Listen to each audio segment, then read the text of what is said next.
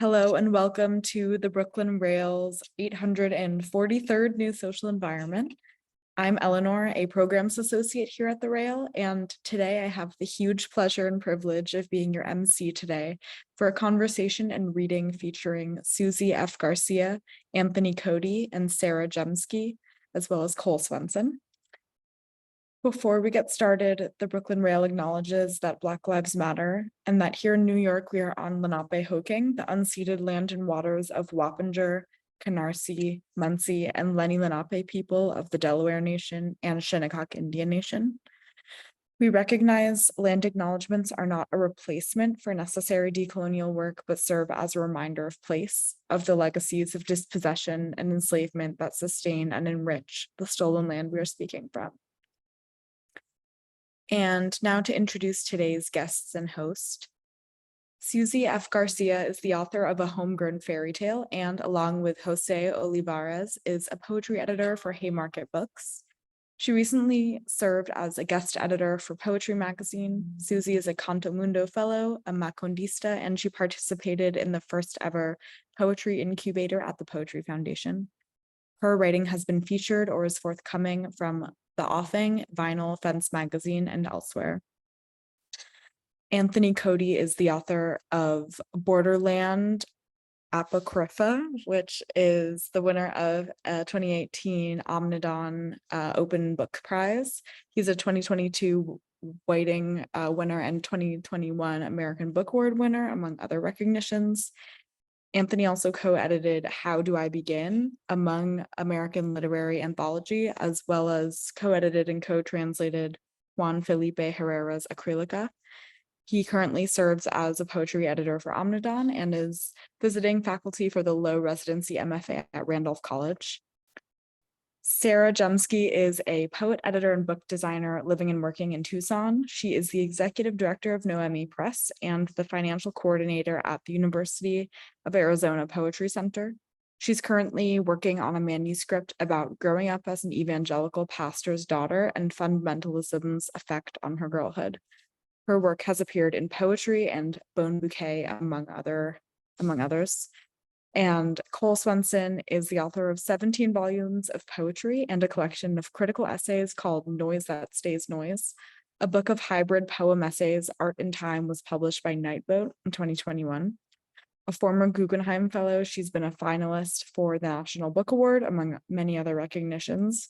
She's also translated over 20 volumes of poetry, prose, and dark criticism from French, and won the 2004 PEN USA Award in Literary Translation.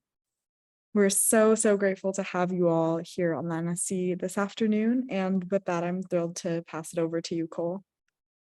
Thank you so much. And thank you all for coming. We're really excited to be having the people from Noemi Press tell us about what they do. So big thanks to Sarah and Suzi and Anthony, and also, of course, to all the people at the Rail, Fong, Eleanor, Chloe, thank you very much.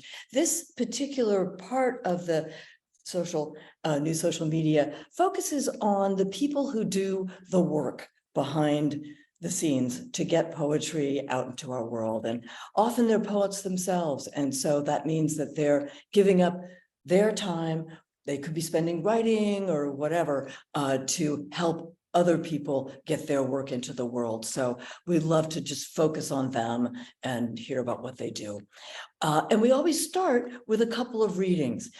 So we'll start with 5-minute readings from Sarah and then Suzi, and then we'll close at the end with a reading from Anthony. So let's just leap in and start with you, Sarah.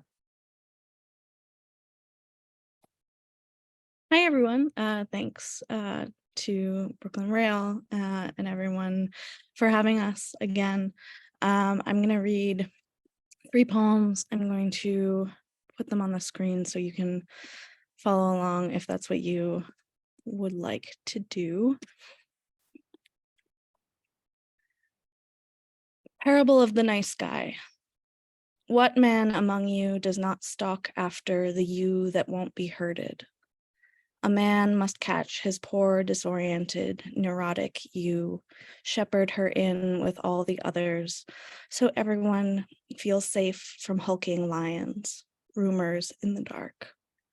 The shepherd will fall asleep against his staff, and in the morning count sheep. With each one numbered, he can wet his lips and start shearing. As was mentioned in my bio, I grew up in a fundamentalist evangelical household. And so that is what I write about. And of course was surrounded constantly with Bible stories and parables. And this poem comes from the parable of the shepherd who leaves the 99 sheep to go find the one.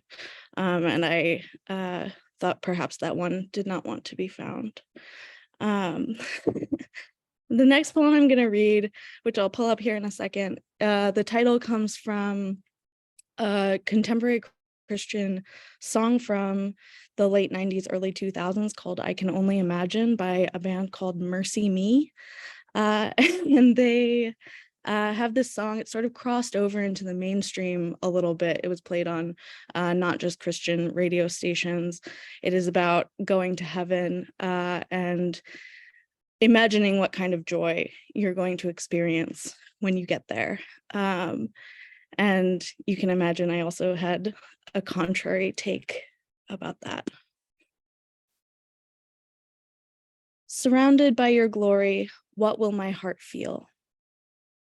I want to see the face of God without the pain that follows.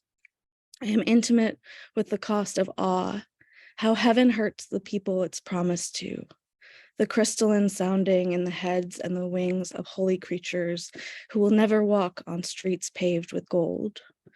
Christian daughters are made of apologies to heaven and earth both. We are revisions of sons. Our rib bones will show, if we believe hard enough, that we were made only for forever worship. No hell could hold me so well as a cage of light and a promise that my words are holy. If I sing hallelujah, that the echoes back will sanctify the distance between this baffled prodigal and kingdom come. Hallelujah, if I can just imagine it. And the last poem I'm going to read is about, so evangelicalism has proliferated pretty widely in the United States, which you may or may not know. And there are all of these industries that pop up around it. And one of them is run by this sort of odious talk radio figure named Dave Ramsey. He has financial advice based on quote unquote biblical principles. And I sort of fell down a rabbit hole of trying to figure out what that was all about. And this is what came of it. Better than I deserve. Money Church on the radio says God loves landlords, says the love of money is the root of all evil, not the money itself. Unless you love a dollar more than an investment property, you're holy. You've got clean hands. The borrower is slave to the lender, which is to say what about a tenant? Caller asks money pastor Dave how to get out of debt. He says, rice and beans, sell your Honda. Cut to commercial, we hear Dave in a Lambo. Vroom, vroom, he's a car guy. Caller has $100K in student loan debt, makes minimum wage. Get a better job, get another job. Your kids won't remember the time they lost. Buy my book, but you can have it for free. Caller lives on disability payments. Don't step foot inside a restaurant unless you're working there. It's God's will for you to prosper, like Dave prospers. He doesn't love money because he has it. Caller always asks, how are you doing, Dave? Dave always answers, better than I deserve. Thank you. Thank you so much, Sarah. That was just a great way to get started. And I will pass it on to you, Suzi. Hi, all. Thank you all for being here. Thank you, Brooklyn Rail, Cole, Eleanor, everyone, Chloe. Really appreciate y'all. And that is a hard act to follow, but I will give it a try. I am reading all unpublished poems, poems still kind of drafty because I don't know. I like the vibe of it. So I will give y'all some trigger warnings, but I'm going to start off with, I write a lot about family and mental illness. I'm going to start off with a family one. My dad texts, "Good night. I love you, young blood." My dad loves to tell me that Peruvians aren't perfect, but they're pretty close. And when things get tough, he tells me, "It's going to be okay. Remember, you're Peruvian." He laughs when he says it, but he always says it. My dad wonders why we don't call, but he also doesn't know why we don't go to the gym more. Everything could be solved if we called more, if we went to the gym more. Have we tried juicing? He swears by bitter tea leaves his sisters send him from Chiclayo. We are Peruvians, so we don't have time for depression. He says we have too much to do. We are running out of time to leave our legacy. He doesn't say for whom. He won't live forever, he reminds me often, says that he is in pain because of arthritis, but he ain't complaining. The first time my dad texts me, it's all one string, just, "I don't know where the space bar is," a screenshot I've kept for a decade now, that I will share whenever possible. One thing my father has taught me is that if there's such thing as living beyond life, we don't get to choose how. And then the next two poems are about mental illness, depression, and they mention self-harm and suicidal ideation. So if that is not your vibe, or if it's triggering to you in any way, please feel free to mute me and I will give a thumbs up when I am done with both those poems so that you can join back in. The first poem is "I Mark My Body." How long will they give me to finish my life's work? I believed I was going to die at 17, and I have not had a plan since then. Instead, I have found my words mumbled, my lips thick around my thoughts. A bell was rung, and I hear the vibrations throughout my days. When will the echoes end? The moon bleeds into dawn. What does opportunity look like for the temporary? It is a taste of caramel that sticks my teeth together. I mark my body like a calendar. For every self I have killed in fear, in hunger, in pain, in loving knives to my own heart. I cut my tongue on my canine. Remember, I am violence and victim together. Tender suicide. And then the final poem is "Therapy Isn't Enough." And if you're not familiar with TikTok, it is a sound that is on TikTok where people say therapy isn't enough, and they kind of try to figure out what would be helpful if therapy is not helping. So this poem is "Therapy Isn't Enough." Therapy isn't enough, the young woman in my phone announces. I need to burn something. Therapy isn't enough, I tell myself, driving from nowhere to nowhere. I need to lose my body. Therapy isn't enough. I need to find a new way to express terror besides digging holes in my own skin. Therapy isn't enough, says I, someone who cannot afford therapy, who uses TikTok memes to get themselves through the day. Therapy isn't enough. I open another carton of cigarettes, pat, pat, pat them tightly. I need to write a letter to everyone who has ever wronged me and read it out loud as performance art in their office, homes, outside in public roads. Or maybe if I get one wish, if therapy isn't enough, I need to make a global change. Therapy isn't enough. I need to abolish cops or borders, or can I abolish both? Therapy isn't enough, which is fine. My dad won't go anyway. Maybe if therapy isn't enough, I would be okay if we got one more season of Schitt's Creek, or if poems didn't catch between the gap in my front teeth.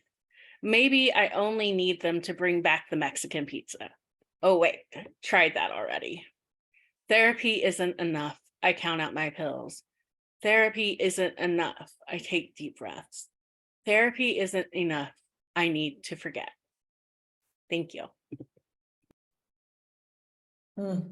Thank you. Such moving work, and really two bodies of work that shows what the stakes are for all of poetry. And it's also making me think about Noemi Press and what you all are all about in terms of addressing really huge issues.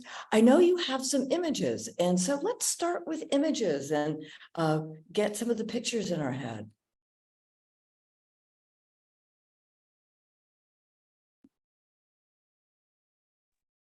Tell us about this.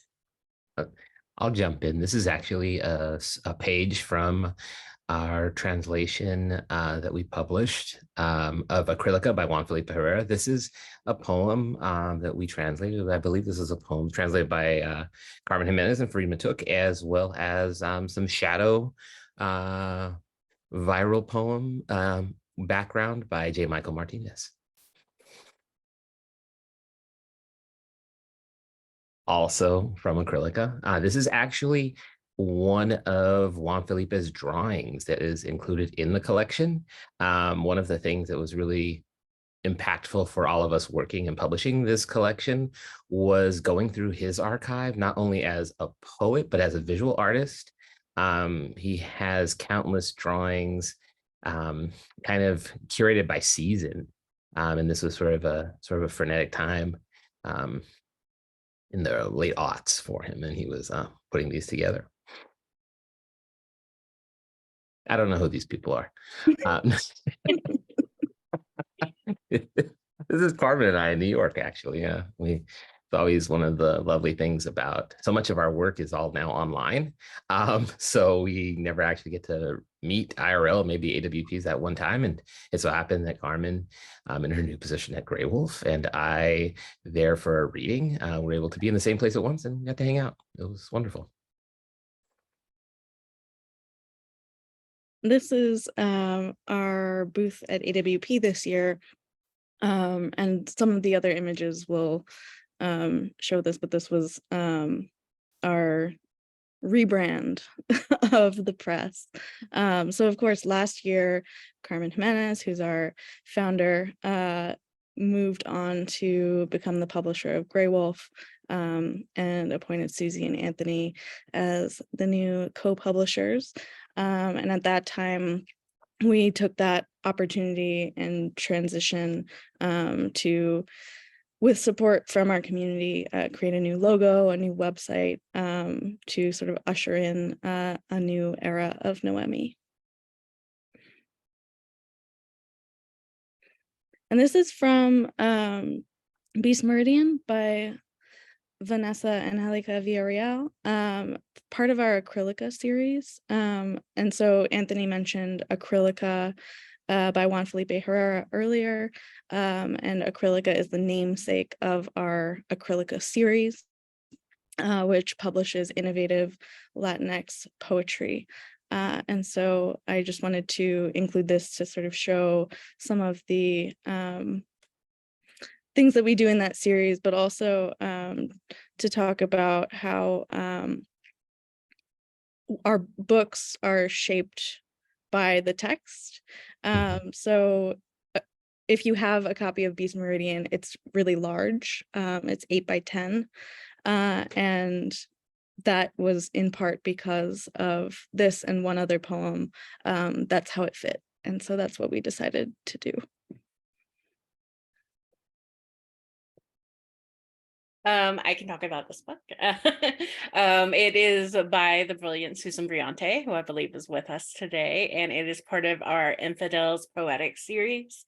Our Infidel series is about craft and poetics and critical thinking about poetics. And what's really cool about it is that each book really fits each author. I think we have a couple more pictures from this text. If you don't mind showing us, Eleanor. Yeah, so we can see that this is a book on docupoetics, and it really reflects a lot of not just the ideas behind docupoetics, but behind kind of Susan's thinking too. It's very specific to the author. If you see like Tejada's book, it is very academic and really critically cultural about, and then we look at Doug's book, Doug Kearney, which is also so influenced by his visual poetics. And it's really exciting that all of these books are also designed by Doug. So they have this visual poetics idea that runs through them, and it almost makes it collaborative in a really cool way. He always adds his own touch to each book, but each book is so specific to its author, and yet they're all tied together by these ideas of asking questions of poetics, not necessarily coming forward with the answers. This is our new book coming out, Beautiful Machine Woman Language by Catherine Chen. It is a really exciting book. It's interestingly, would we say lyrical? It's got really beautiful, fragile language, which is really cool because it's about technology, and the idea of working with like Google Homes and translation and those ideas that go through technology, and yet the language is so ethereal and yet human at the same time. It's a really cool balance. And this is coming out October 15th of this year, so there still is a little bit of time, but it will be up for pre-order on July 15th. If you go to our website, which I believe is in the chat or will be, you can sign up for our newsletter, and we can let you know when this is available. And this was us actually all in one place together. And it was like the only time we've ever been in one place together. Last August, once we started, thinking through what is the new era of Noemi going to look like post Carmen, and in our own agency, we decided, we had to have a conversation in person, and we spent a week together. This is at the University of Arizona Poetry Center, really just talking through ideas, books, and what our future will look like at Noemi. And this is also at the Poetry Center for the launch of Acrylica, with me and Juan Felipe and Farid, who with Anthony and Carmen edited the book.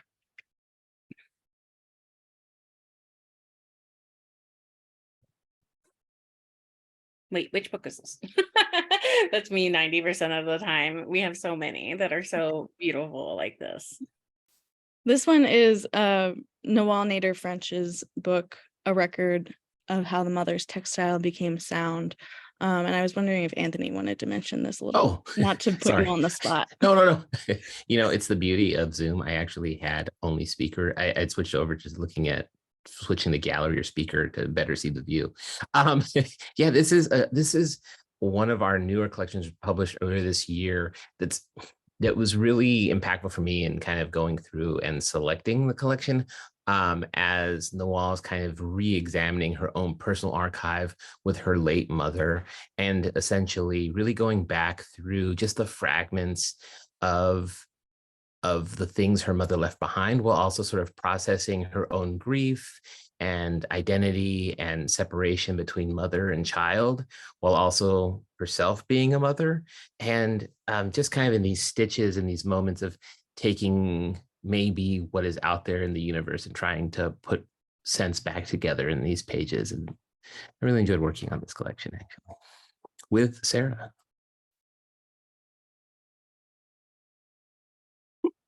This is from Susan's book. It's still part of the Defacing the Monument. And as you can see here, like I was saying, the questions are a large part of it. And Susan chose to also bring the reader in and engage a little more about what are we thinking, not just as readers of these texts, but also creators. And, these are questions that we each have to answer for ourselves. She's not going to give us the answer. They're ones that we have to also consider and engage in. And there's our little backdrop with our new logo. Again, was supported by our community, which we were so grateful for. And we went through, Suzi, Anthony, and I went through a bunch of different iterations of the logo with the designer, and ultimately settled on this, and we like that it's a little bit witchy. And this is a photo of our shelves in Blacksburg, Virginia. So we have a partnership with a class there, where students essentially do internships with the press, and our books are housed there. And so they gain experience learning about marketing and how a book gets made from start to finish. And we also have interns we love there who mail our books out from Blacksburg, Virginia.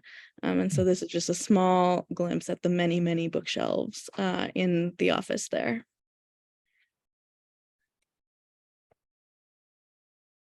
Oh, this is actually a screenshot of our new landing page.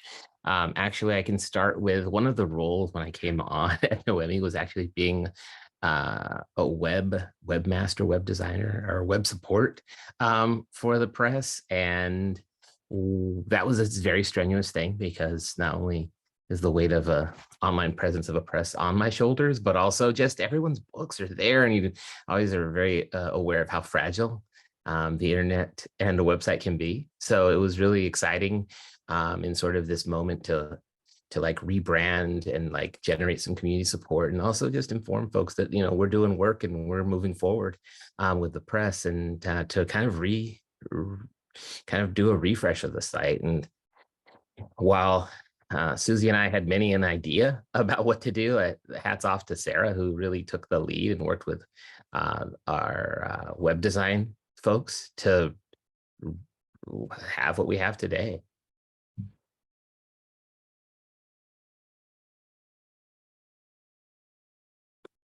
Great, thank you. That was just such a great overview, not only of the books, but also of your approach to them. A lot of sort of mission statement kinds of principles came out. So that's really a good start. One thing that struck me that seems to really stand out is the nurturing that you do. And I just picked up on a couple phrases: one, editorial collaboration, and the other, multi-directional mentorship. And I wondered if you could talk about that experience concretely. How do you nurture people, and how does that multi-directionality work? I think I can start just in that sense of just kind of segueing between this the statement about starting as sort of just as like web design, and hey, Anthony, this manuscript here, we're working on something, and I think it's the right eye for, you know, this is, you have the eye for this one. And that was incredibly important for me. I'm from a place that has a lot of poetry. Fresno, California. It's, you know, people, Juan Felipe, you know, was poet laureate from here. Phil Levine was poet laureate from here. And publishing, although making poems is something that we do here, publishing and being a publisher and editor is not something that happens here per se. So it was always some far off impossibility. In fact, I don't even know if Carmen had said, hey, I need you to be an editor for Noemi Press, I would have been like, no, I can't do that. I'm from Fresno. But if asked to do a web design thing, that's just maybe enough skill. I might be able to be nurtured into an organization to steadily be like, oh, maybe this is something for. And that really was impactful. And being alongside Sarah and Suzi, when the time came to make this transition, if not for that nurturing that Carmen had set up for us and being able to support one another, Sarah and Suzi, I don't know if I would be here with them right now. But I think that came in too hot. What do you think, Suzi? No, I mean, I think in some ways it's funny because it was the opposite for me. I come from a place where poetry is not as I don't know, it's just not as present or available. I'm from Arkansas, and there are amazing poets from Arkansas for sure, but it wasn't part of our everyday life really, at least not in the traditional sense, written poetry. But I knew I wanted to edit. I've known since high school that I wanted to edit. I love working with words, and I love working with other people's words and seeing the visions with people. And so working with Noemi came about because I had a mutual friend who was doing social media at Noemi, and he suggested that I work there too. And Carmen gave me a call, and it was just like instant, just like on the same page. And what was so exciting for me was the unexpected agency that we were given at Noemi to really follow our instincts to, if you're going to put in the work, we're going to see your vision then. I remember Beast Meridian was a book that I think I wasn't even a poetry editor yet when I was like, I want to work with this book. And Carmen was like, you can work with this book, but you're going to be promoted to poetry editor and you're going to have to take that job very seriously. And I was just like, don't have to ask me twice. And it was so exciting and thrilling. And that book took us 2 years. When we think about nurturing, that's the kind of thing that, you know, we take a book that maybe isn't always 100% there, but we feel like we could work with the author and collaborate and create something together, which is usually, you know, our goal is to get whatever the author's goal is out on the page, but asking the questions, having those conversations, taking time between edits and drafts is really important to us. And I think it all starts from that top, that idea of we work together. Usually there's more than one editor on a book at a time, so we can all have conversations. We work with interns in a similar way where we'll see their notes and they'll see our notes, and then we'll talk to the author together. But the mentorship goes in all ways. I learned so much from our authors. I've learned so much from Anthony, Sarah, and Carmen, and Diana, who's another one of our poetry editors, who's amazing. So just learning from each of these conversations and bringing it into the new one has been really cool. And Carmen was my mentor in so many ways, as my professor at New Mexico State when I was there. And then I started working as an intern at the press, and unexpectedly the managing editor left. And keep in mind, I'm barely 22 years old right now, and I remember sort of feverishly sending Carmen this email like, I want to do this, and I think I can. And she said, okay, you're the managing editor now. And so I also edit books, but I very much specialize in the sort of practicalities of running the press, and that was supported from the beginning by Carmen, even though yeah, that was more than 10 years now. And so I don't know what went through my head when I sent that email, but here we are, and it's great. Great, thanks.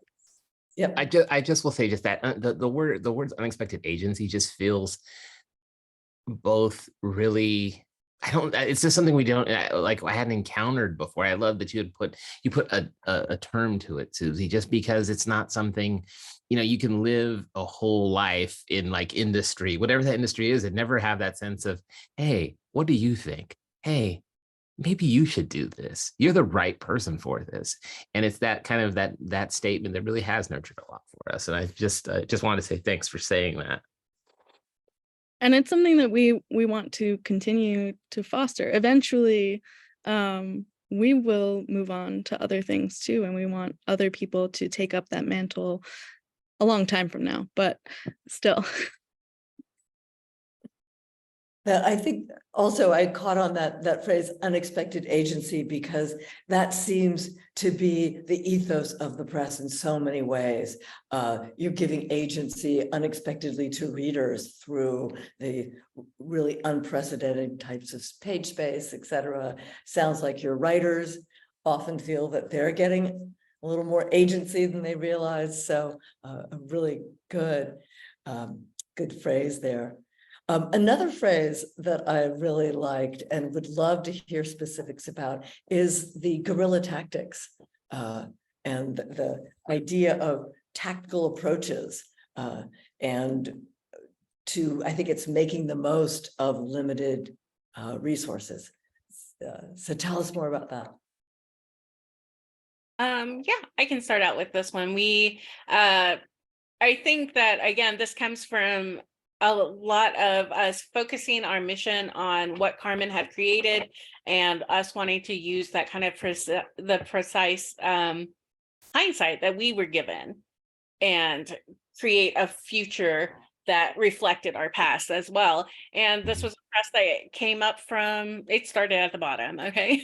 Like, we came up from nothing. It was all hard work. It was all basements and garages and selling things at AWP, trying to make ends meet. And it's about infiltration. We want to take people and ideas that are unexpected and maybe not incredibly popular or well talked about in places like grad programs that maybe we missed out in our own educations. I know I certainly missed out on a lot on my formal education, and I learned from, the community. And I think that we want to showcase how the community can come together and make a difference in our literary landscape.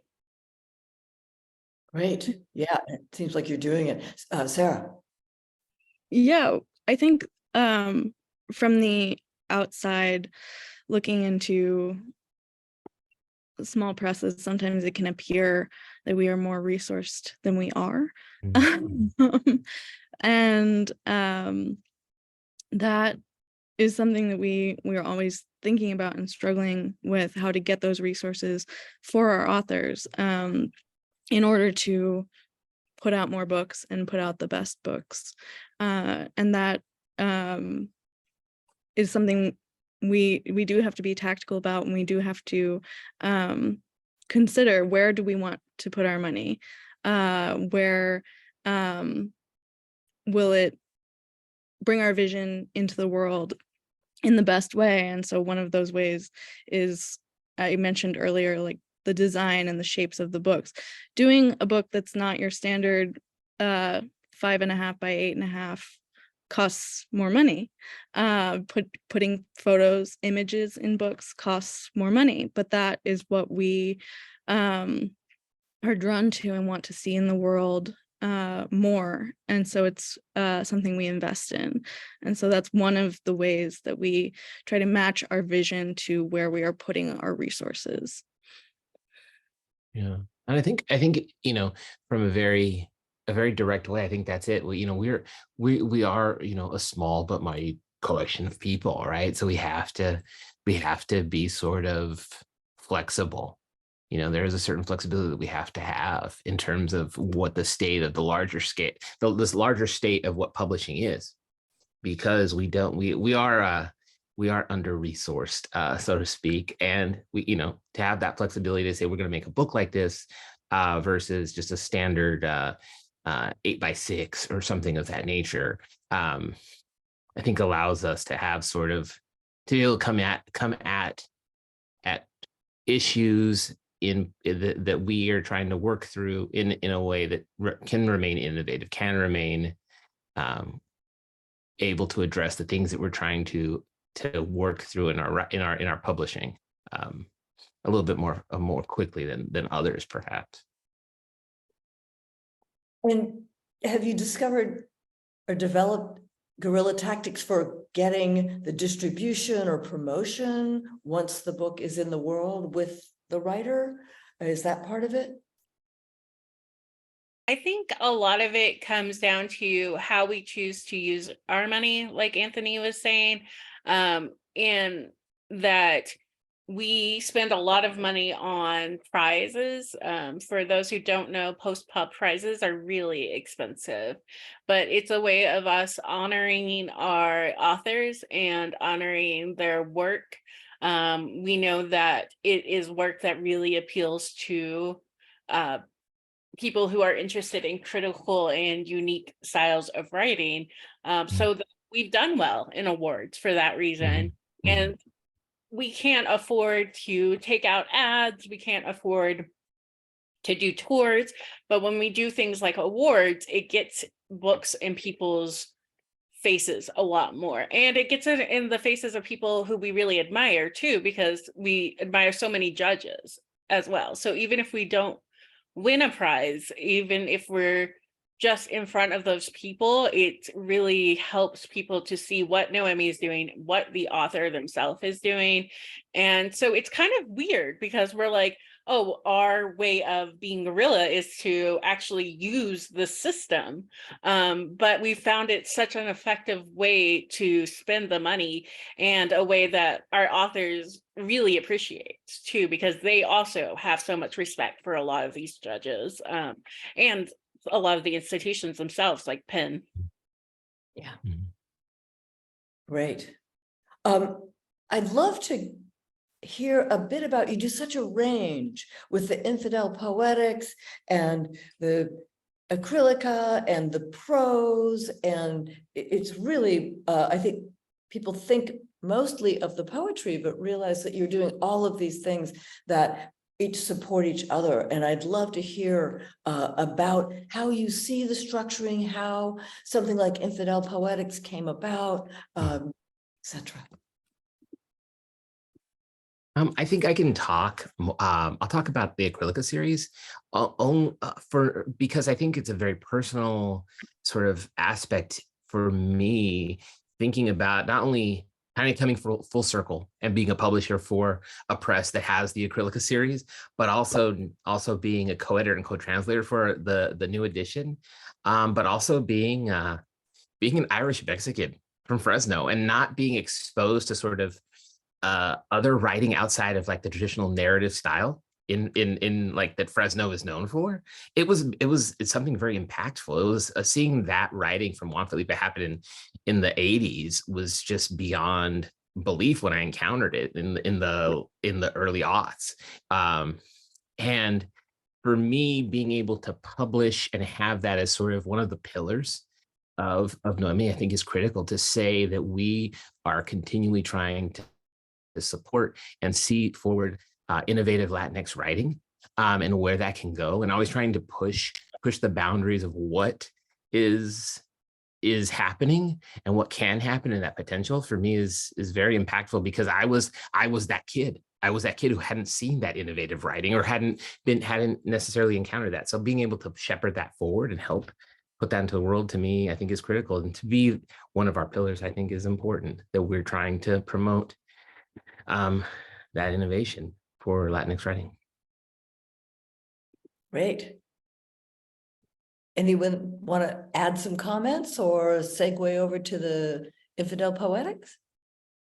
Yeah, I think when we're talking about like the breadth of what we publish, I think that just goes back again to our mission and wanting to put books into the world that would otherwise not have the opportunity to be there. And so when we're looking for books to add to our catalog, that's always in the back of our mind is how do we pick something that excites us and that we want to exist in the world that might not otherwise have the chance to be there. And so that's where I think that comes from ultimately.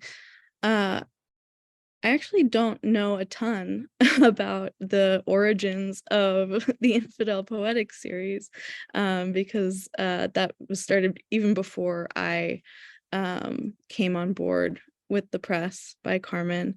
But it has been one of my favorite things to see grow over the past 10 or so years, and to see these really exciting books of poetics out there, and again designed by Doug Kearney in a really collaborative way with the writers to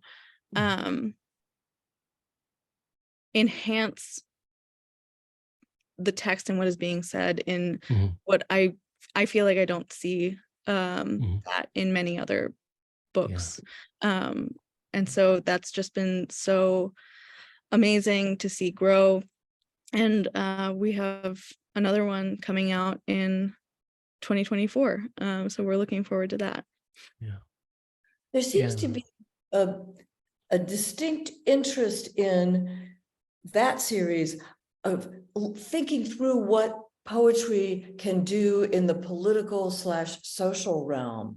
I see that in a lot of your other books as well, but it seems foregrounded.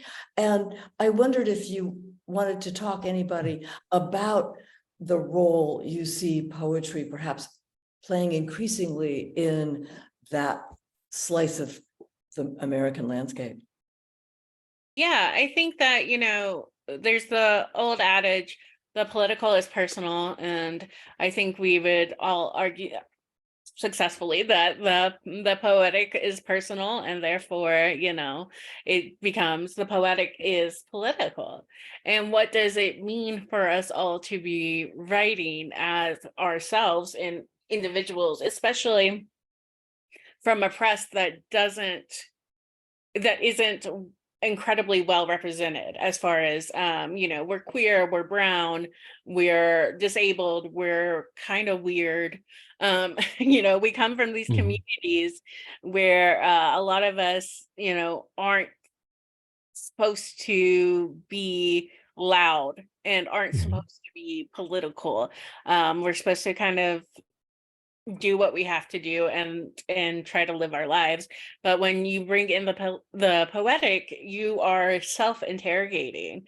And how does that not expand beyond not only what you're putting on the page, but how it's affecting readers and what you're reading and how it affects you? So turning those questions onto the idea of craft is really exciting, because the craft becomes political.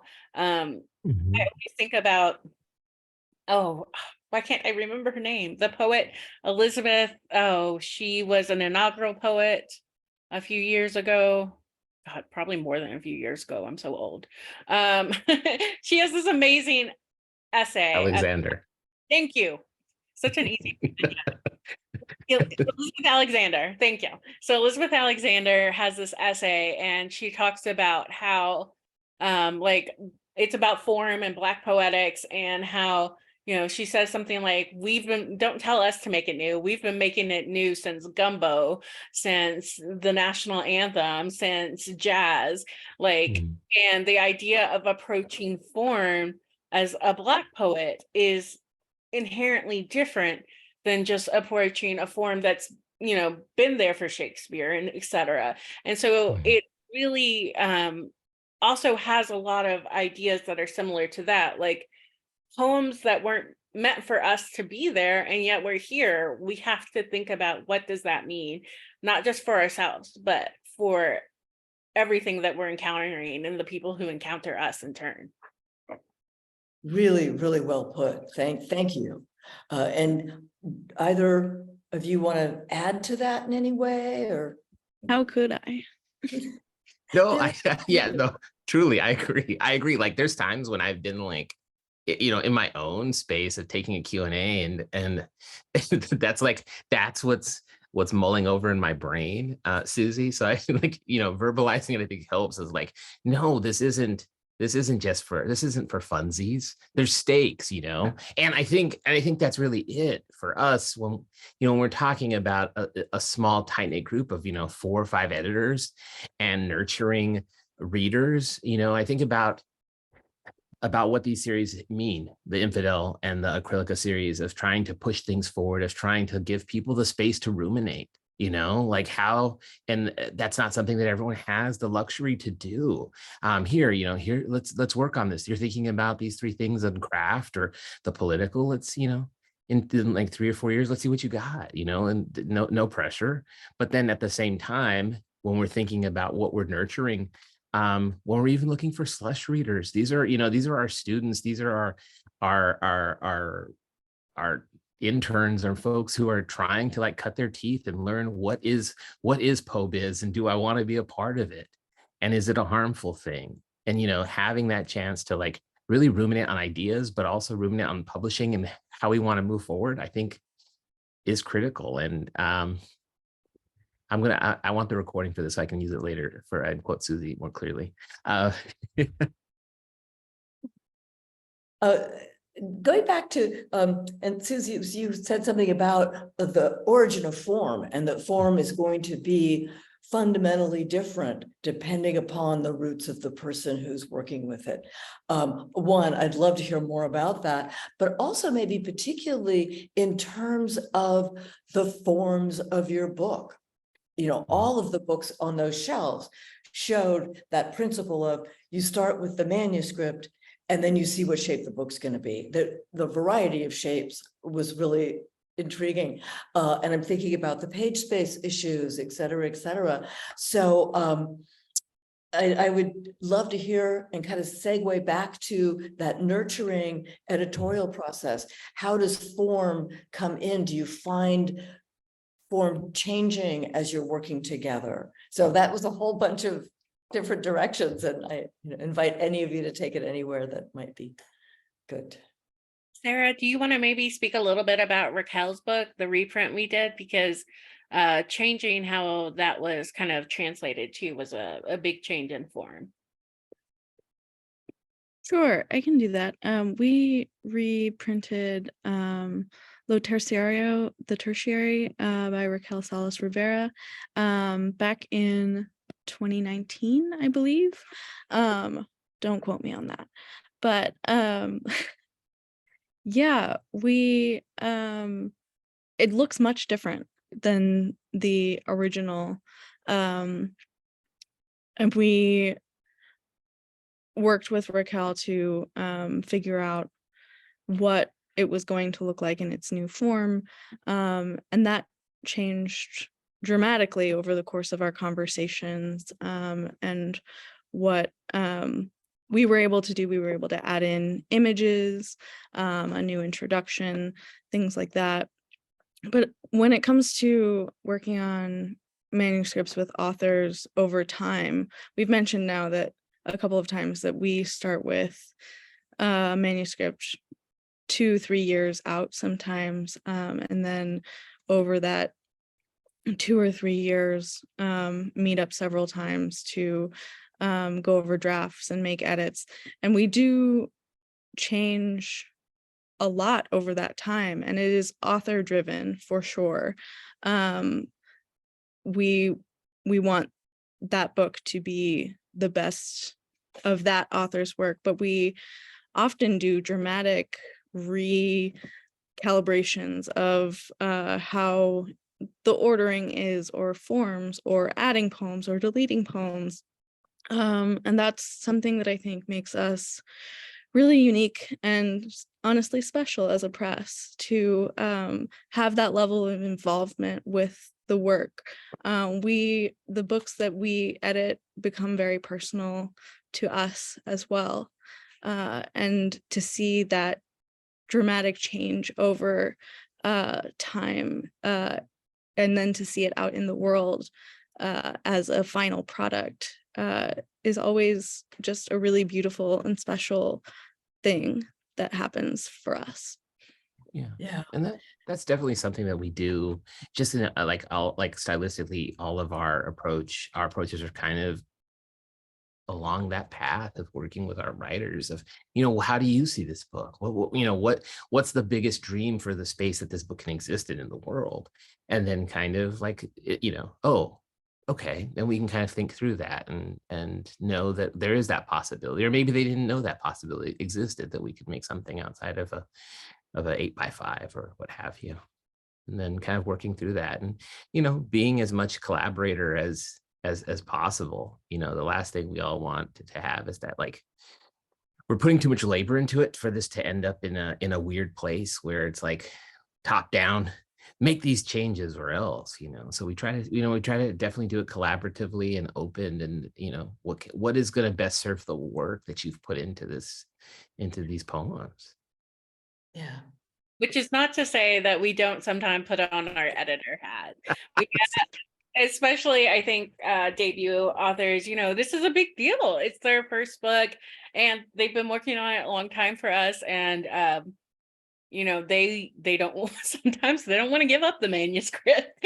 They still want to keep making changes. I've seen even people being like dramatic changes. They were like, I just read this book, I want to add some visual poetry.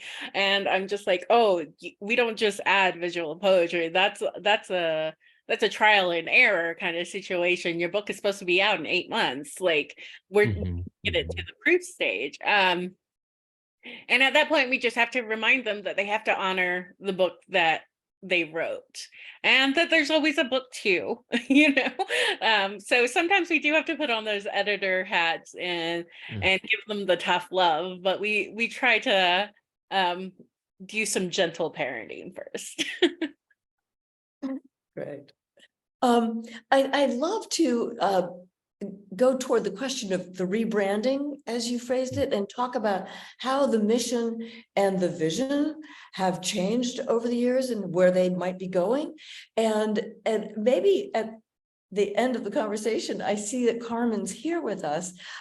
We could give them a moment to speak. So I will start with the vision question, and then we'll see if Carmen wants to say something.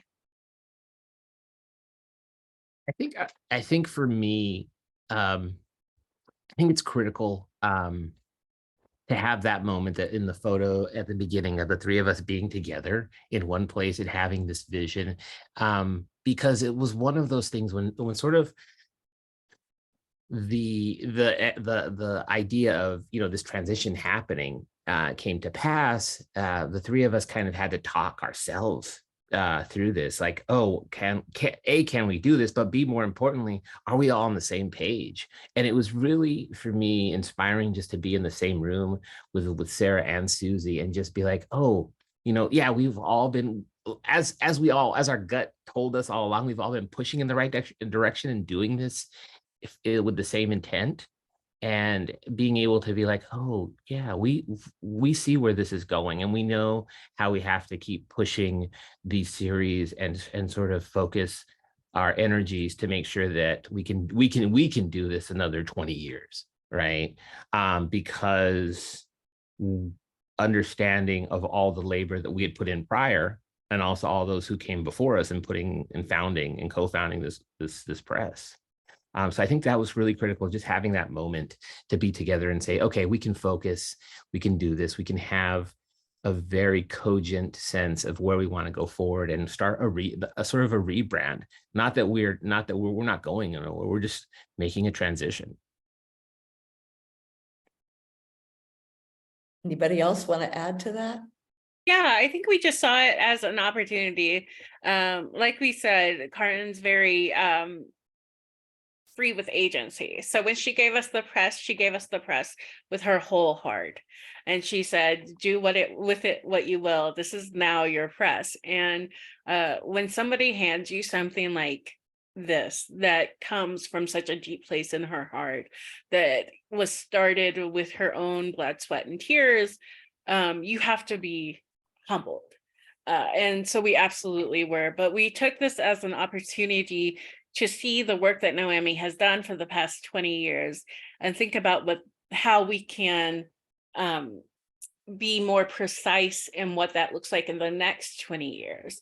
So for part of that was, we are no longer doing prose as much, except for the Infidel series, which is kind of prosy, but still pretty poetic and it's writing. But so focusing on poetry and infidels and how we want to schedule books and working on the new logo. So it was a little bit of a refresh and just a little bit of a reflection of where Noemi has been and a description of where we're going to go.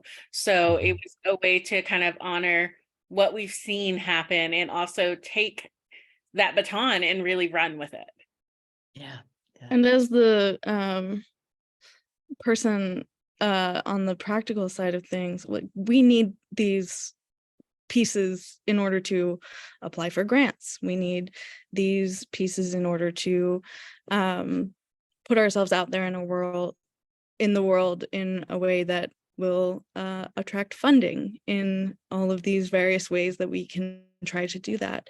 And so I hate to be like the person that we're ending on, because Suzi and Anthony put the heart piece of it in such a moving way, but there is a practical aspect to everything that we have to do in order to sustain ourselves as a press so that we can continue doing the hard work. Yeah, well said, well said. Carmen, would you like to say anything at this point?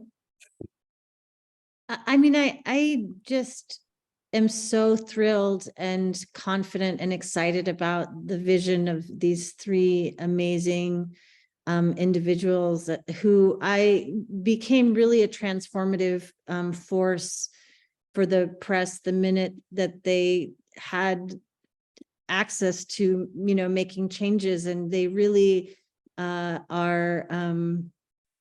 were vital. And I knew it was time, and I knew that what would happen next would be really important. And so it was very, it was kind of easy for me to walk away and say, yeah, go do this thing, have fun, because they had already made such a major mark. So many of our important titles were titles that were edited or selected by the folks that you're talking to today. And I just like immediately what they did. I love the redesign and everything that's happening and the direction that it's going. I'm just so thrilled to see the transformative force that they're going to have with what they're moving forward to do. So I'm absolutely delighted. Thank you. That's nice to hear from you. And thank you, Sarah, Suzi, and Anthony. Wonderful discussion. And let's maybe turn it over to the listeners and watchers and see if anybody has any questions. Yeah, thank you so much, Cole, Suzi, Sarah, and Anthony, for this really inspiring conversation. It's been such a treat. We do have some great questions from the audience today. So the first one will be from Shaheen. You should be able to unmute. Oh, great. Thank you very much. First of all, loved hearing your poetry and loved your dedication to collaborative editing. It's so wonderful to know that you really work with the authors on this. However, focusing on the practical side, both from your side and from the author's side, what do you do to showcase the book once you have done all this work? How do you make sure that it has an audience? Yeah, promotional stuff is our biggest challenge, to be quite frank about that. And it is often collaborative with the author. We are very clear with folks from the beginning. A lot of this does fall to the author because of resources like time even.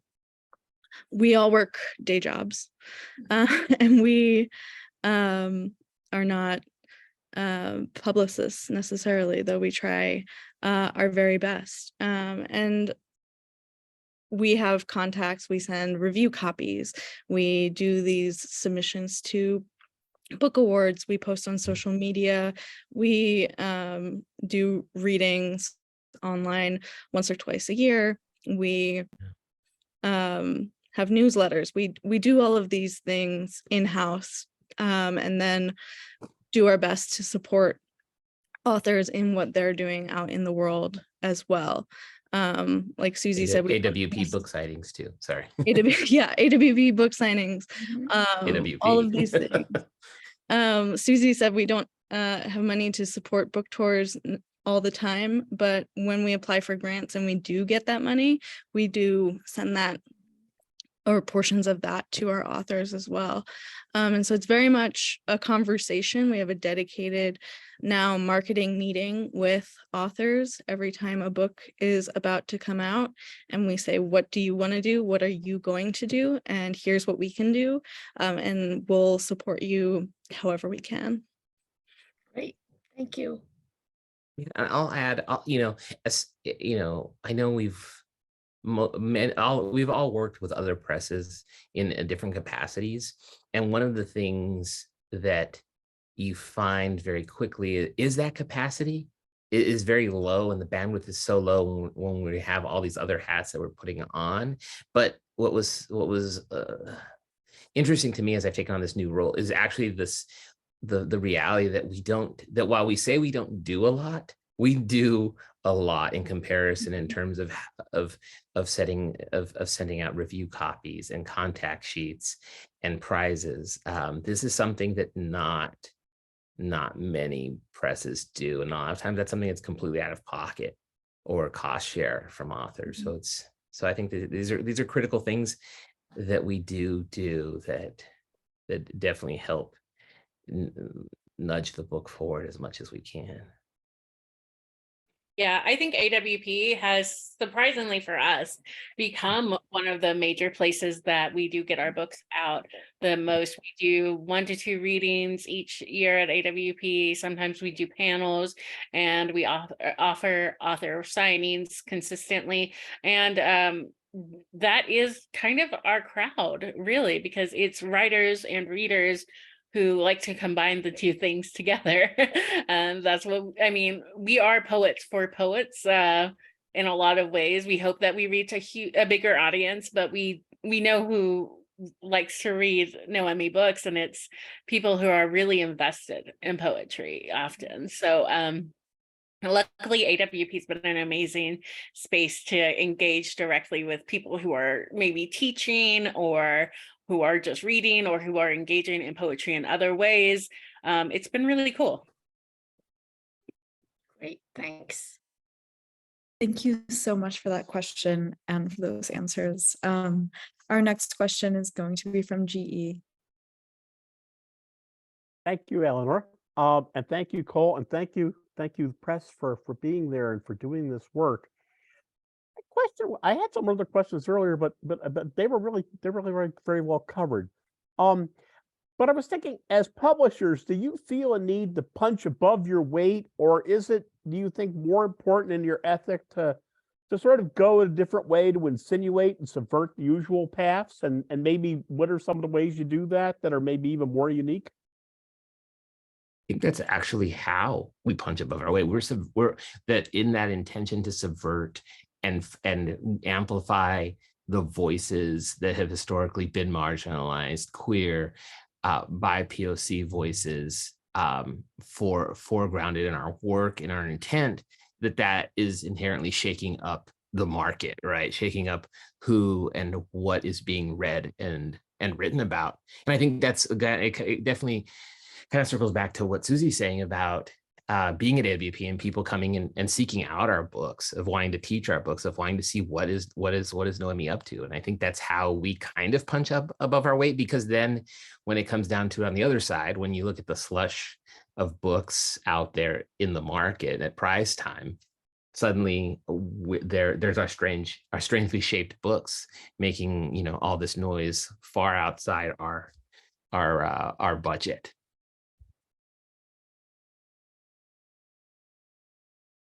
Thank you. Thank you so much, GE. We have a question that's come in from Haminer Press. If you would like to ask directly, I'll give you the chance to unmute. Yes, hi. Thank you, everyone. And Ellen, Dylan, and I this is Ghazal. We're listening to you all, really enjoying learning a lot from your experience.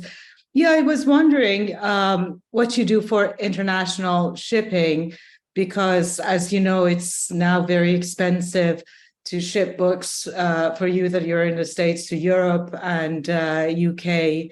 Do you have a distributor? Do you collaborate with other presses in the UK, for instance, exchange? I mean, I don't know what you do. So. International shipping is incredibly expensive. We charge about $15 shipping internationally from our website. And sometimes that's a loss for us. It is more expensive, yeah. But when it comes down to getting the books to folks who want them, that takes precedence there. We sort of hope that it all comes out in the wash. It doesn't happen so frequently that we are losing money in a way that impacts operations. For folks who want to order larger quantities, or they want a different way to order, or they don't want to spend $15, sometimes our US distributor can have better rates for that kind of thing. We don't have a distributor overseas, and we would like to. It's something we've looked into. We have a couple of Canadian authors. We have an author who lives in Hong Kong. Coming up in 2024, we have a prose book that is a German author, or an author living in Germany. And she found a small press there who also wants to publish the book. And so we're working with that small press. They're going to handle the European distribution, and we're handling the US distribution, so that both bases are covered, and we can collaborate in that way. It's not something we feel very precious about. Again, we want books in hands. We want people to read the work.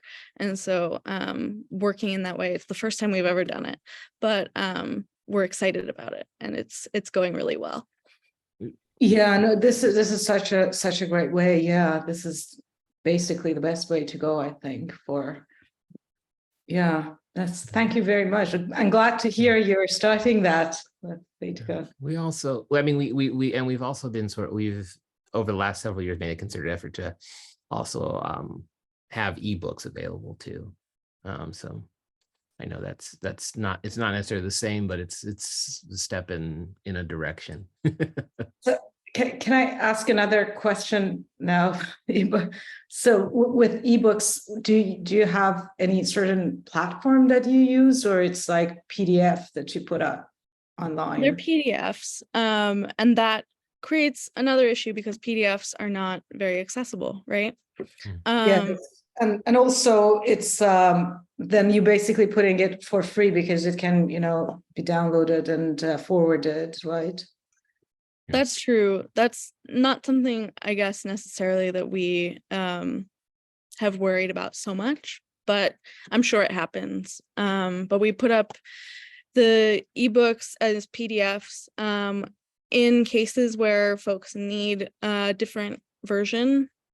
We are able to work on sort of a one-on-one basis to figure that out. We also started doing ebooks for purposes of getting authors more royalties, to be frank, because ebook, you do it once, and it's just the administrative costs in order to keep that going. We can do much more royalties on ebooks than we do on physical copies. And so that's something that we've been doing. We release them about 6 months to a year after the physical book release. And then we've been working backward in time with our back catalog in order to make that happen, because it is pretty labor intensive to get it all set up. The exciting part about ebooks too, though, is that even though so I know poetry is kind of hard thing to read on an ebook. I have bought many a book on my ebook, and some of the poems translate better than others as far as style. But with the PDF, it really allows us to maintain a lot of the styles, the stylistic choices that can be often lost in like a Kindle version or something like that, because we're maintaining the original forms a lot better.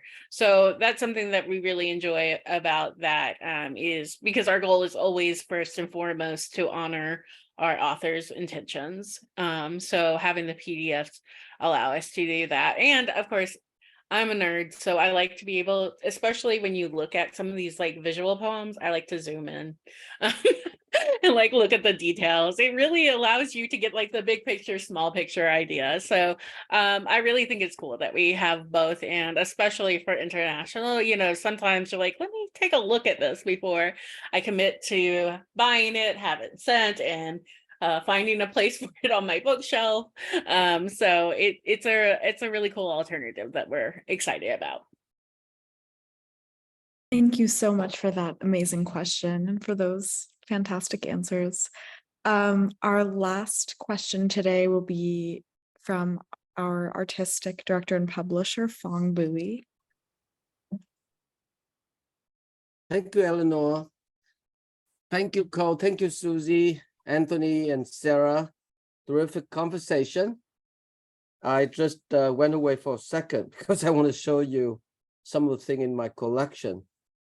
This is from Hogarth Press. This is what Virginia Woolf and her husband started it as Bloomsbury's right after the old mega workshop. So that's super tiny distribution, no more than 100 of these. And then there's the Dial magazine, one of the very last, started by Margaret Fuller, Emerson, and Thoreau. And that was 1848 they started. Irregularly published in the turn of the century, but nevertheless, the continuity of publishing from so-called little magazine are extremely important to the culture in any form, because little magazine generally put forth experiment before ease and art before comment. Super important to remember that. And I think for me, you know, we can do what we can do because we know we're not going to make money. Super important to also remind ourselves that too. So since you don't expect to make money, we are fearless in finding ways to appeal to our readers or readership, because we never try to spoon feed anybody. So may as well take advantage of it, you know. And therefore we need not to be conformed. I mean, the Brooklyn Rail doesn't have stylistic uniformity, nor it does sometimes trying to find way, you know, to do experiment that I think commercial presses must conform, must do, you know. So we don't do that at all. But I remember talking to the great poet Robert Creeley when he started to go to Black Mountain College, and then, you know, together with George Olsen started. I also have a few Black Mountain College review here in my collection, super rare now. But that's only lasted, I don't know, less than 3 years, only, you know, no more than 7 issues. But it had tremendous influence on how college graduate program across the United States, beginning to think similarly how to create their own program. I know Ball College was created when the president hired Robert Kelly to do so, and then Anne Lauterbach followed, you know. So some of those great poets we know, who once was doing exactly what you guys doing, and at some point they get so fatigued, it's hard, and they get invited to teach in fancy university, graduate level with very good salary. So it's hard to sustain the level of passion, of love. What else, Cole? Insanity? I don't know. You have to have that in you to do what we do, you know? So I hope you can sustain as long as you can, because it is the edginess, the also occasional asociability, you know, in the way that we resist to any form of conformity. You know, it's like what Eleanor Roosevelt once said, never mistake knowledge from wisdom. One helps you to make a living, but the other one helps you to make a life. So that's why I appreciate you acknowledging Carmen earlier, that you must respect the baton, you know? So I guess it's not a question. It's just a comment that I wanted to add and give you guys love and courage, because we all need it. And just in knowing that what we do is important, super important to culture. One of the many books I sit on is Anthology Film Archives. And it's been very difficult because Jonas Makers who we know as the treasure. He's been fighting to keep experimental film, not just in the US, in the world really, to be relevant. And there hasn't been enough those so-called commercially success people to understand and give back. They understand intellectually, but not quite wholeheartedly, because how many more Rambo sequel, Star Wars, Indiana Jones must we see?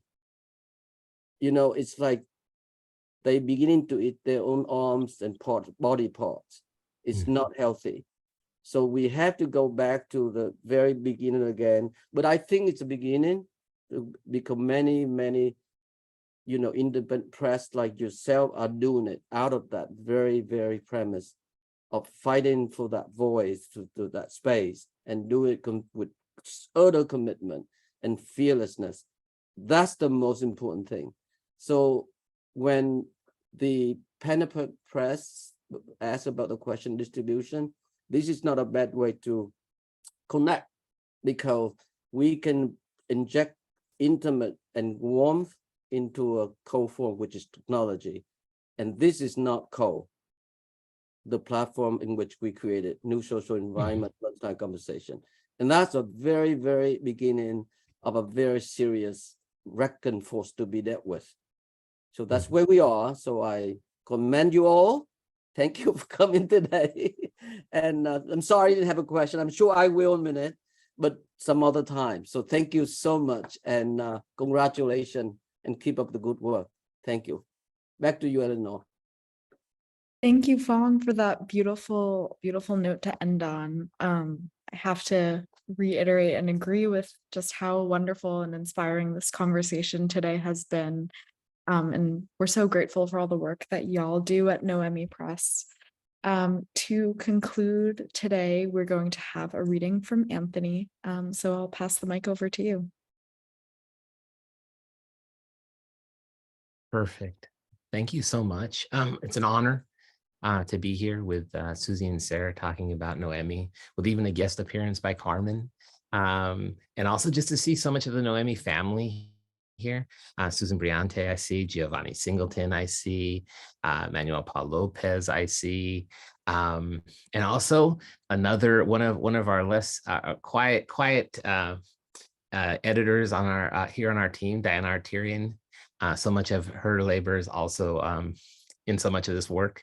I'm just honored to be here with all of you, and thank you, Cole and Eleanor, for the invitation. I will read two poems. I'm going to share my screen. The first one, I'm going to read one of the translations that I did for Acrylica. And then I will close with the one poem, the opening poem from my new collection, The Rendering, which was out last month with Omnidon. So I'll just dive right in. The Cassettes, for Manuel Mancias. The cassettes shuffle music, raspy voice of seismic bones and mangled guitars. The traffic circles with eyes wide opened, serving ojo. The treat with hospital benches on wheels, ready, prepared. The church of cross legs, shaking the tiny ancestral. The hand that floats alone, without arm, without man, begging body. The bread wrapped in asphyxiated plastic, pure brown sugar, moist. The oils on the chest, staining, dissolving the suit. The wheel sleepwalks quietly, spilling over the rain.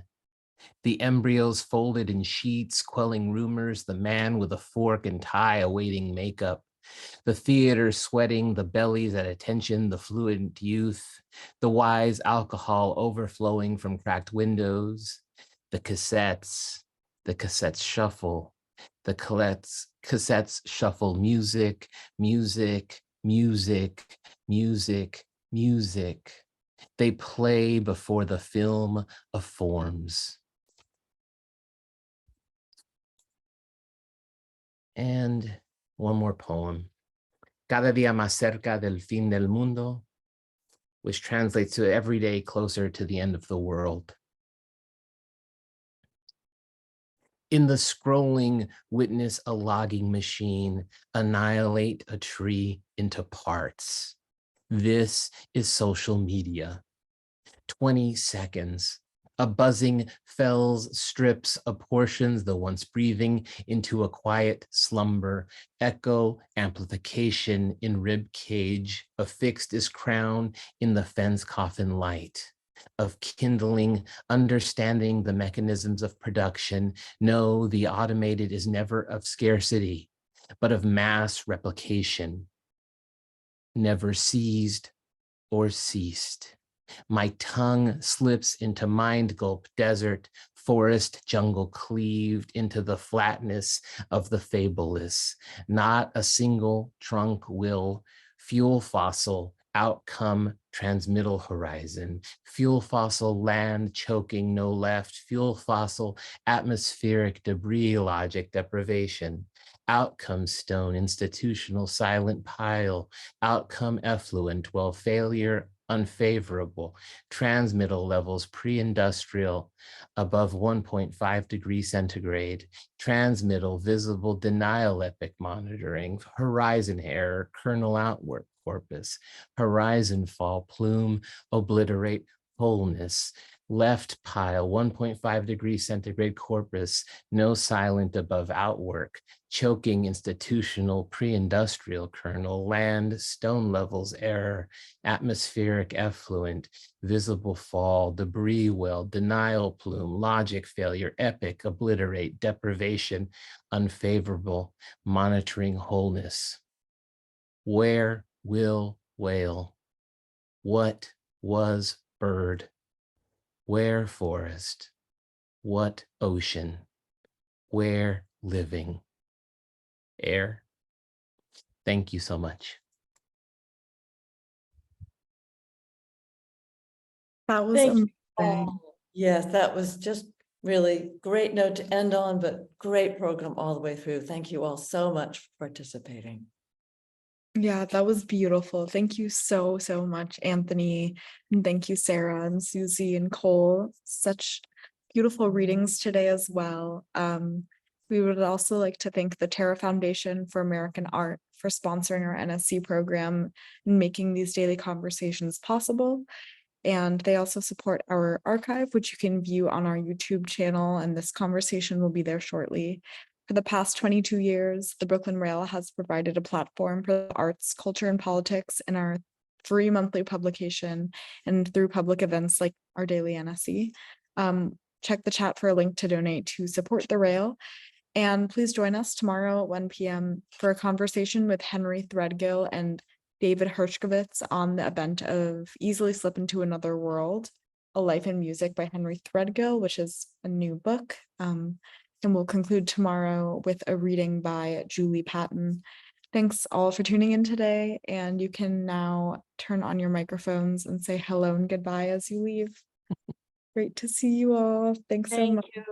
Thank all. you. Thank you you so all much. for coming. Absolutely brilliant. Thank you. So Thank you. Thank you, Nicole. you guys.